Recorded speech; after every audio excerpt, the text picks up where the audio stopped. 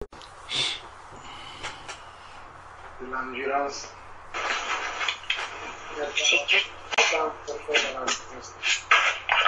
C'est dur, hein, c'est dur de tenir.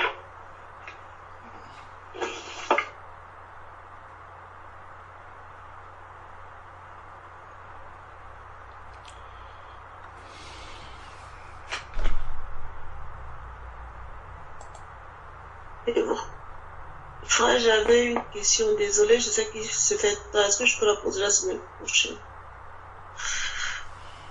Non, tu peux la poser maintenant. Vu qu'on est là, on va la prendre la question. Ok. En fait, c'était pas vraiment une question, c'était une préoccupation. Quand on a lu 1 Corinthiens 14 à partir du verset 26, en fait, c'est que je suis allée dans ma nouvelle famille pour avoir ma communion fraternelle dimanche et j'ai été un peu très surpris. En fait, parce qu'en lisant 1 Corinthiens 14, 26, quand on est arrivé, en fait, quand les frères étaient en train d'enseigner, en fait, ça s'est bien passé, mais le problème, c'est qu'il n'y a pas d'intervention de femmes, même pour chanter, en fait, c'est un frère qui doit choisir une chanson, en fait, dans un livre, il n'y a pas de témoignage, l'adoration, on le fait le matin. Bon, j'ai pas été à l'adoration. C'est très tôt le matin, je ne savais pas. Et on m'a aussi dit que je n'avais pas droit à la fraction de pain. Parce que je leur ai dit, en fait, que j'avais une famille, que je fais seulement ma communion en ligne. Parfois, de temps en temps, je vais en France. Et bon, j'ai eu la grâce à Nice d'avoir une fraction de pain. Ils disent que non, je ne peux pas faire les deux au même endroit. Et quand on rentrait avec la sœur qui m'a amené, elle m'a demandé comment je l'ai trouvé. Je dis, il y a des choses, je comprends pas, en fait, on s'est exhorté. Et puis je lui ai demandé, je comprends pas, je lui ai demandé comment elle comprend Corinthiens 14, verset 26. Et franchement, parce que moi je pose trop de questions, désolé, c'est comme ça. Et je lui ai demandé, donc si le Saint-Esprit me met en cœur de peut-être chanter, de vouloir chanter, peut-être comment je ne peux pas étudier, non, je ne peux pas chanter. Ce n'est pas biblique. Et je lui ai demandé comment elle comprenait en Corinthiens 14, 26. Elle m'a dit que tout doit se faire dans la référence, c'est comme ça. Et je lui ai demandé des témoignages. Elle a dit que non, on ne fait pas de témoignages en public. Et je dis, mais un témoignage peut fortifier quelqu'un, en fait, peut exhorter un frère ou une sœur aussi. Bon, elle n'a pas insisté, elle m'a dit que ça ne se fait pas. Et je lui ai demandé si je comprenais pas un verset. Par exemple, Paul dit, je ne sais pas très où, désolé, que les femmes seules peuvent demander aux frères quand ils ne comprennent pas les choses. En fait, c'est ce que moi je fais souvent. Pas parce que j'ai pas de mari. Et je fais comment si je le comprends. Ben, je dis que non, je peux demander à un frère, mais après que ce soit fini. Et je dis, et si ma question pouvait aussi aider quelqu'un d'autre? Elle a dit, ça se fait pas comme ça. Et là, ça devient un peu difficile. Et bon, je ne suis pas découragée, j'ai dit, je vais mettre en prière parce qu'en fait, on a pris un rendez-vous. Parce qu'on devrait parler, en fait, il y a des choses qu'on devrait, en fait, en discuter. Mais je ne connais vraiment pas comment, en fait, je suis un peu coincée, en fait. Moi, je ne fais que prier, en fait, mais je ne sais pas vraiment comment aborder le sujet avec elle sans pouvoir l'offenser, mais être aussi très disponible, peut-être aussi d'être exhorté, aussi d'apprendre quelque chose d'elle, en fait, de tout ce groupe, pas seulement d'elle, tout ce groupe. Amen. Amen. Amen. Ma soeur, déjà, c'est une très bonne chose que tu as fait d'apprendre qu'il y a des frères qui sont autour de toi et de vouloir communier avec eux, c'est une bonne chose. Je pense que le frère Georges disait la dernière fois que est-ce que tu as reçu la confirmation dans ton cœur que ce sont des frères? La première des choses, c'est de le recevoir d'abord dans mon cœur. Est-ce que je peux me permettre d'aller visiter des frères ici ou pas? Maintenant, ce volet-là est moi, par rapport à ce que tu as vécu. Et est-ce que, selon moi, est-ce que quand le Seigneur Jésus était sur terre, pendant que les foules lui parlaient, est-ce qu'il y avait des femmes dans les foules qui lui parlaient ou pas? Selon toi, quand tu lis les Écritures, est-ce que tu vois que les femmes parlaient à Jésus ou pas? Selon moi, je vais dire oui, parce qu'il y avait des femmes qui l'accompagnaient. Il y avait Marie de Magdala, il y avait quelques femmes qui l'accompagnaient au service du Seigneur. Et c'est vrai qu'elles ne parlaient pas, mais elles étaient là aussi. Et puis, il y avait ce que le frère Georges a dit, c'est le rôle des diacres aussi. On voit que aussi il y a les femmes comme Phoebe et comme Evodia aussi, qui ont un rôle. Mon problème, ce n'est pas en fait parler, mais mon problème, c'est parce que j'ai constaté, la plupart quand on se réunit, même sur Skype, nous, les sœurs, on chante parfois, on pose des questions, parce que je crois que toute l'exhortation d'aujourd'hui, en fait, est venue du fait que la sœur Claire a posé une question, et c'est une femme, et ça, en fait, ça a édifié tout le monde, en fait. Amen. Est-ce que je peux répondre à la question que le frère Jean-Paul vient de te poser, sœur Francine? Je vais juste lire un passage. D'accord, frère. Il demandait tout à l'heure s'il y avait des femmes qui posaient des questions à Jésus. Bon. Luc chapitre 10, verset 38. Jean chapitre 4. Luc chapitre 10, verset 38. Pendant qu'ils étaient en route, il entra dans un village. Une femme du nom de Marthe le reçut dans sa maison. Elle avait une sœur appelée Marie qui s'assit au pied du Seigneur et qui écoutait. Marthe était absorbée par les nombreux soucis du service.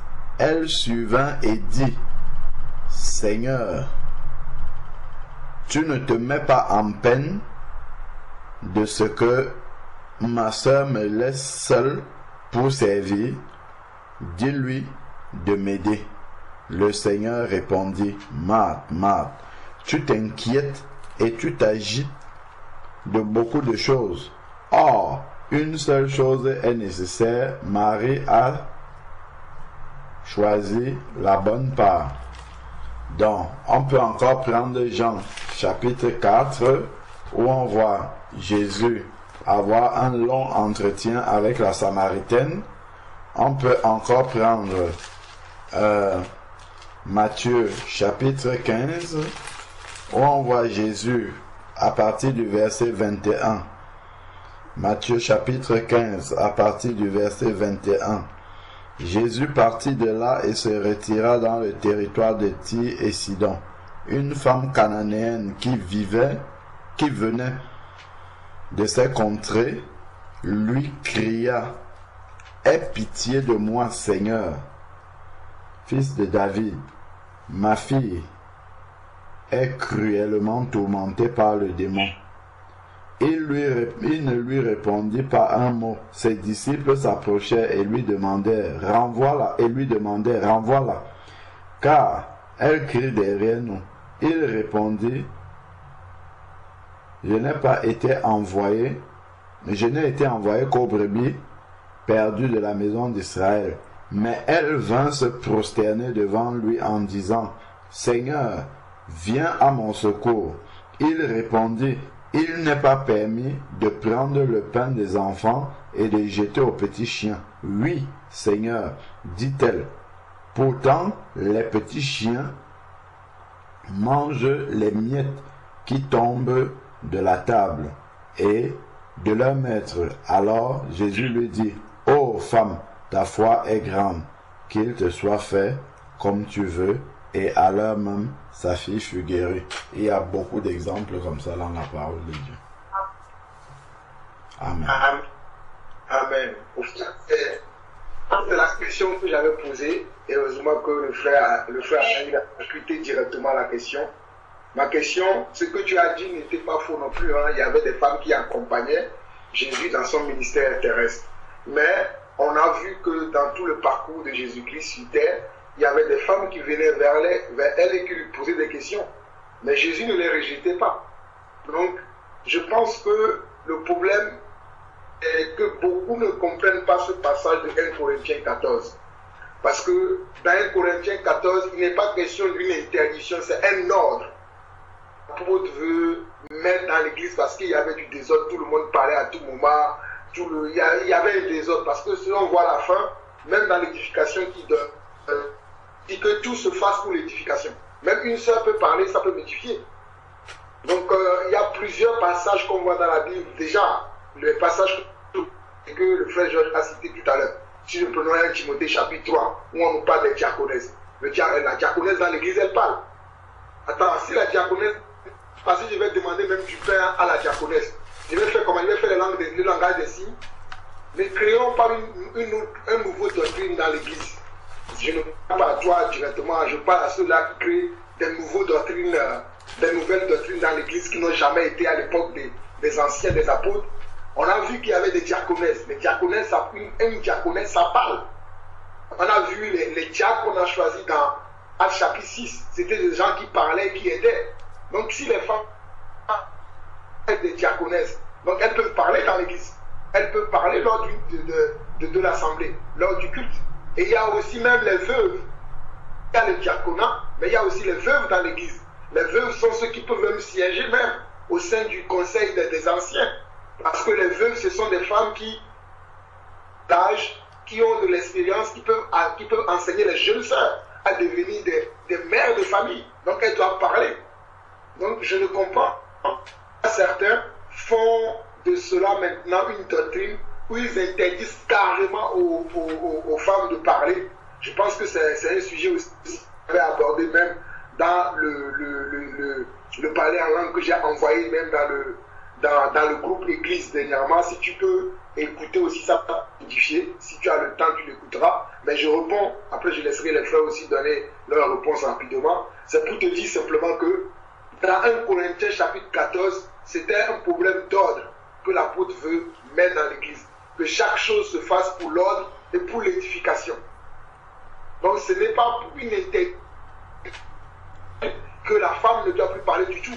On voit même l'apôtre Paul qui dit dans le livre de Thessaloniciens, il dit que j'exhorte Évodie et Syncré, et il dit aux frères de les aider. Quand les frères vont venir, il va faire le langage des signes, s'il est parler.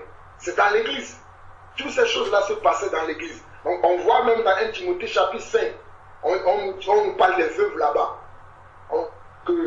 Par exemple, je vais prendre le verset 8, on nous dit, verset 9 plutôt, on nous dit qu'une veuve, 1 Timothée chapitre 5, on nous dit qu'une veuve, elle inscrit sur le rôle n'est moins de 60 ans, qu'elle ait été femme d'un seul mari, qu'elle ait appliqué à toute bonne œuvre, ayant élevé des enfants, exercé l'hospitalité, lavé les pieds des saints, secourir les mains. Donc on voit tout ça là, quand la veuve va la faire, elle va la faire la bouche fermée, parce qu'elle est dans l'église. Donc vraiment il y a certains qui vont au-delà des Écritures, qui se mettent certaines barrières que le Seigneur n'a pas mis. Le Seigneur voudrait que... Il y a une différence entre vouloir maintenir de l'ordre dans l'église que d'interdire aux gens de ne plus parler. Ce que tu me dis là, ce n'est pas la première fois que je l'entends. Moi-même de certains frères qui disent qu'ils ne permettent même pas que la femme parle. Si la femme a une question, il écrit sur un papier, il donne à un frère et un frère le lit. Mais si la femme ne sait pas, il va faire comment pour parler? Parce que tout le monde n'a pas été à l'école comme nous autres. Comment elle va faire pour poser la question? Donc on voit qu'il y a des hommes qui ont créé maintenant... Ils n'ont pas enseigné ce que les apôtres ont enseigné. Certains vont dire que l'apôtre Paul dit que non, puisque la femme se taise dans l'église. Mais qui pose la question à son mari? Mais les seuls qui ne sont pas mariés, ils vont demander à qui? Donc tu vois que beaucoup de personnes ne comprennent pas ces passages-là. Il faut qu'on comprenne que la direction que l'apôtre veut donner dans 1 Corinthiens 14, c'est d'abord de l'ordre. De l'ordre et de l'édification. Tu l'as dit tout à l'heure que dans nos réunions, ce n'est pas comme ça.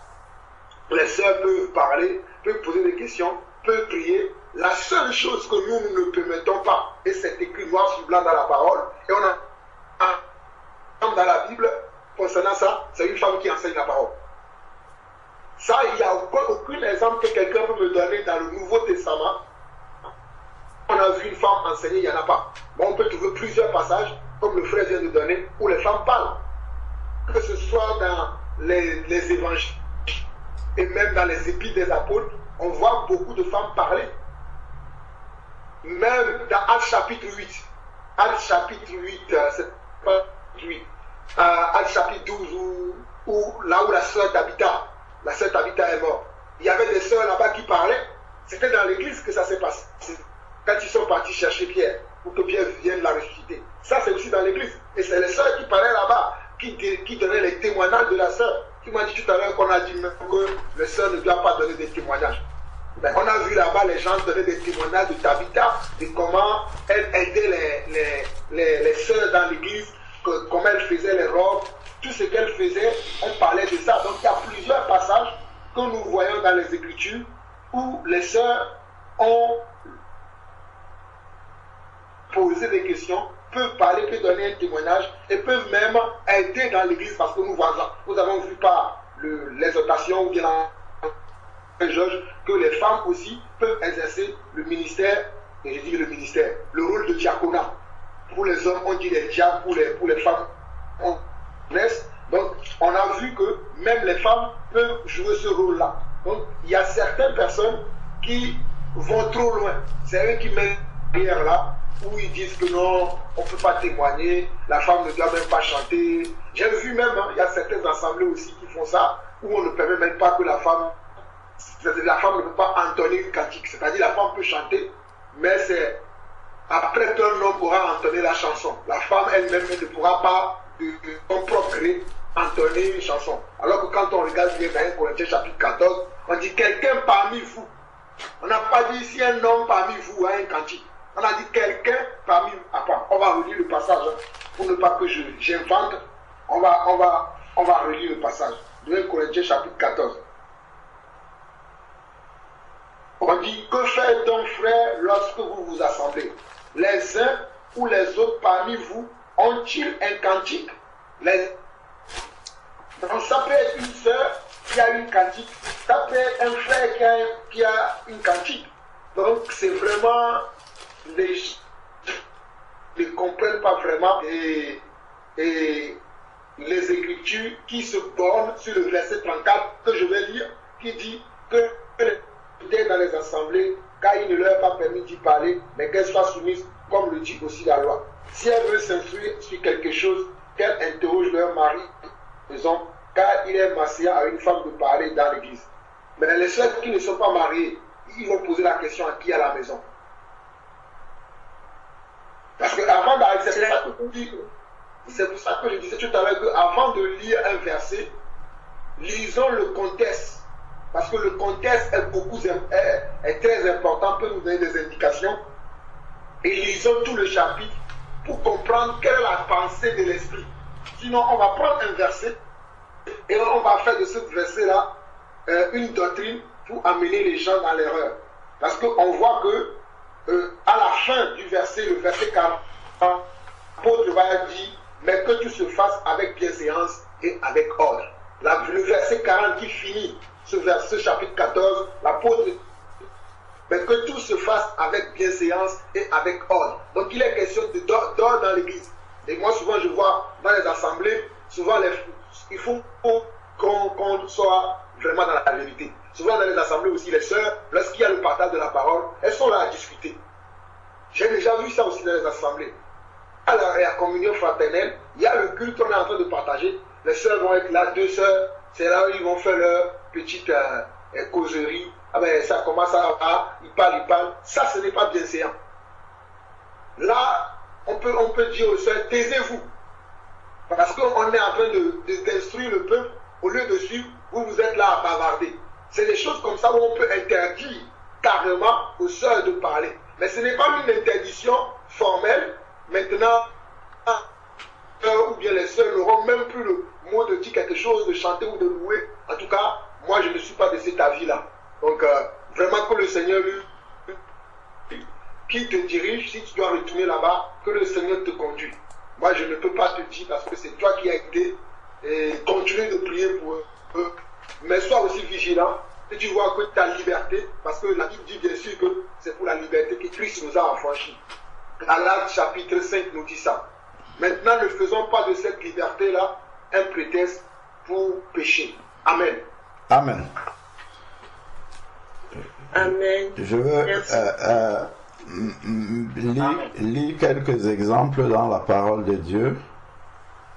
Si on regarde dans 1 Corinthiens chapitre 11, 1 Corinthiens chapitre 11 verset 5, il est dit: toute femme au contraire qui prie ou qui prophétise la tête non voilée déshonore son chef, c'est comme si elle était rasée.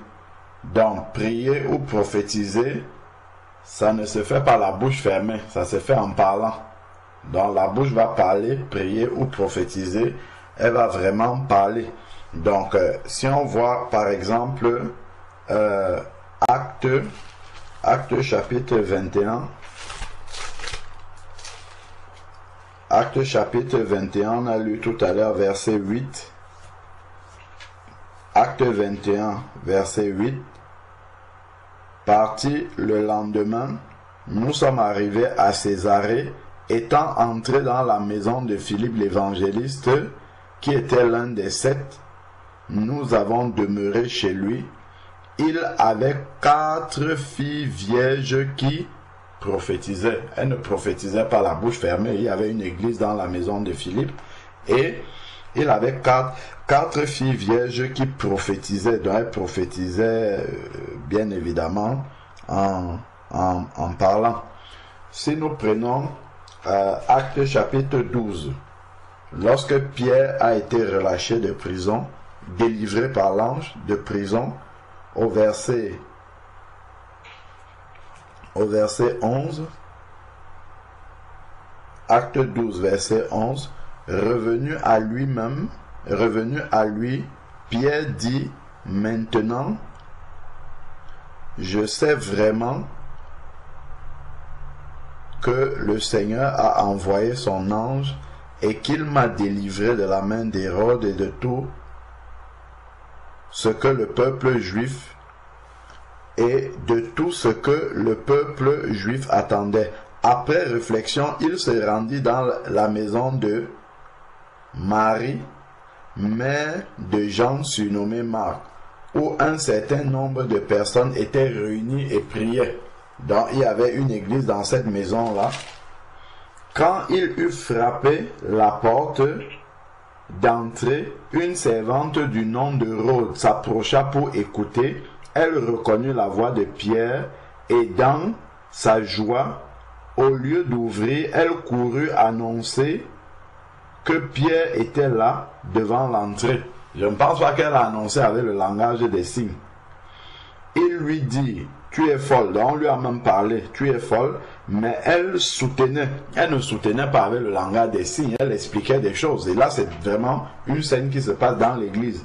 Donc, elle soutenait qu'il en était ainsi. Et il dit: c'est son ange. Cependant, Pierre continuait à frapper. Ils ouvrirent et furent étonnés de le voir. Donc, ensuite, de la main, il leur fit signe de se taire. Il leur raconta comment le Seigneur l'avait fait sortir de prison et dit: annoncez-le à Jacques et aux frères. Puis il sortit et s'en alla dans un autre lieu. On voit ça. On va voir Pierre aussi poser la question dans Acte 5 à la femme à Saphira, la femme d'Ananias. En fait, c'est vraiment, il y a beaucoup d'exemples comme ça dans l'église. Donc ça, c'est vraiment une dérive, en fait, hein. C'est vraiment une dérive de la parole. Donc il faut prier pour eux. Il faut prier pour eux pour que Dieu leur révèle vraiment le fond de sa pensée par rapport à la prise de parole dans l'assemblée. Amen. Amen. Merci. Merci. Amen. Amen.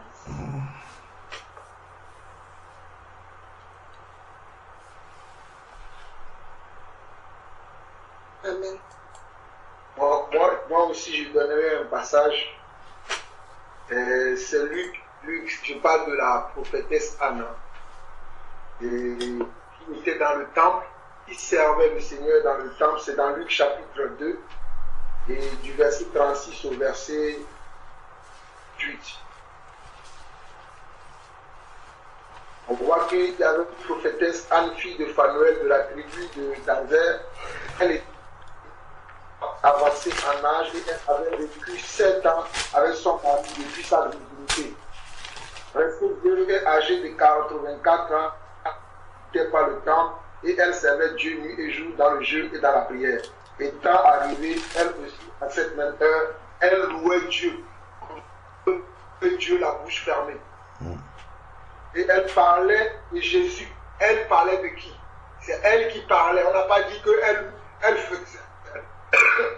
faisait un langage de signes. Pourquoi le Seigneur m'a mis ce verset à cœur? Parce que je sais que beaucoup interprètent mal ce passage de 1 Corinthiens chapitre 14 là, où ils vont dire comme le dit aussi la loi. Parce qu'à cette époque-là, Jésus n'était pas encore mort. J'aimerais préciser cela, même pour les gens qui vont suivre après peut-être, lorsqu'on va publier, et si on enregistre, je crois qu'on enregistre, lorsqu'on va publier ça. Parce que là, c'est encore avant la mort de Jésus, parce que c'est la naissance. Jésus. Donc c'était encore dans la que Anne était dans le temple. Elle priait, elle louait le Seigneur et elle a prophétisé sur Jésus. Même sous la loi, la femme avait le droit de parler encore. Donc on voit bien que la Bible ne se contredit pas. Quand on lit un passage, on ne le comprend pas, il faut finir pour comprendre. Donc on voit ici que Anne, qui est une prophétesse, était dans le temple. Elle priait, elle louait. Et quand Jésus va naître, c'est elle qui va être d'abord la première personne même, qui va même prophétiser sur Jésus. Qui va dire qui était Jésus. Donc elle ne l'a pas fait pour le langage des signes. Et je précise bien qu'avant la mort de Jésus-Christ, parce que nous savons qu'il y a beaucoup de choses qui se faisaient dans la loi, et après la mort et la résurrection de Jésus-Christ, ces choses ont cessé. Mais là, nous sommes dans un cas on va dire que ce soit avant la mort de Jésus, c'est-à-dire même dans la loi, ce n'était pas interdit. Parce qu'on nous dit comme le dit aussi la loi. Mais là, c'était dans le culte. Et j'ai lu tout à l'heure dans 1 Corinthiens chapitre 14, le verset 34 que j'ai lu tout à l'heure. On dit comme ce que dit aussi la loi. Et là, on est dans la loi. Parce que Christ est venu pour la loi. Christ est venu, c'est ce que la Bible nous dit, que Christ est venu pour accomplir la loi. Donc on voit bien ici que Anne avait parlé pour prier le Seigneur et pour prophétiser. Amen. Amen. Amen. Amen. Amen. Et ma soeur Francine ne dit pas que je pose trop de questions. Nous sommes là dans l'église pour répondre aux questions. Même si tu as des milliards de questions, pose-les. Si nous sommes fatigués, nous pourrons dire, bon, aujourd'hui on est fatigué, garde tes questions, tu le poseras après. Mais tu ne peux pas garder tes questions avec toi.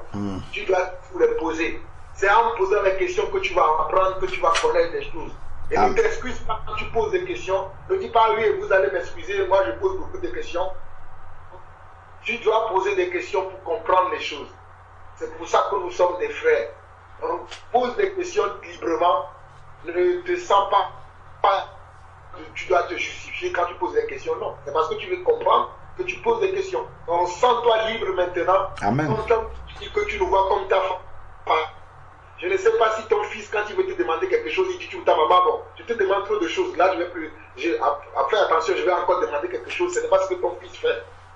Donc, toi, pareillement, sache que nous sommes des frères. Si tu as des questions à poser, pose-les vraiment sans être gêné. Amen. On ne va pas dire, nous de poser des questions. Ça nous aide, nous tous, et ça peut aider même d'autres personnes. Sois béni. Amen. Amen.